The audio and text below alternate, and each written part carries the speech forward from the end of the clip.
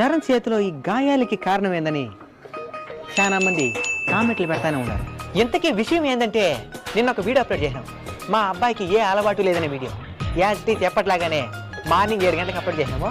తీరా కామెంట్లు చూస్తే శరణ్ చేతికి ఏమైంది, శరణ్ చేతికి ఏమైంది, శరణ్ చేతికి ఏమైంది, యూట్యూబ్ ఇన్స్టాగ్రామ్ రెండిట్లో ప్రజలు అంతా షార్ప్గా ఉన్నారంటే చేతిలో ఉండే గాయాలను కూడా కామెంట్ చేస్తున్నారు. ఇంకొంతమంది అయితే ఇంకా డీప్గా ఆలోచించి ఇది లవ్ ఫెయిల్యూర్ గాయాలే అని డిక్లరేషన్ కూడా ఇచ్చేసారు. నిజమేదో తెలుసుకుందాం.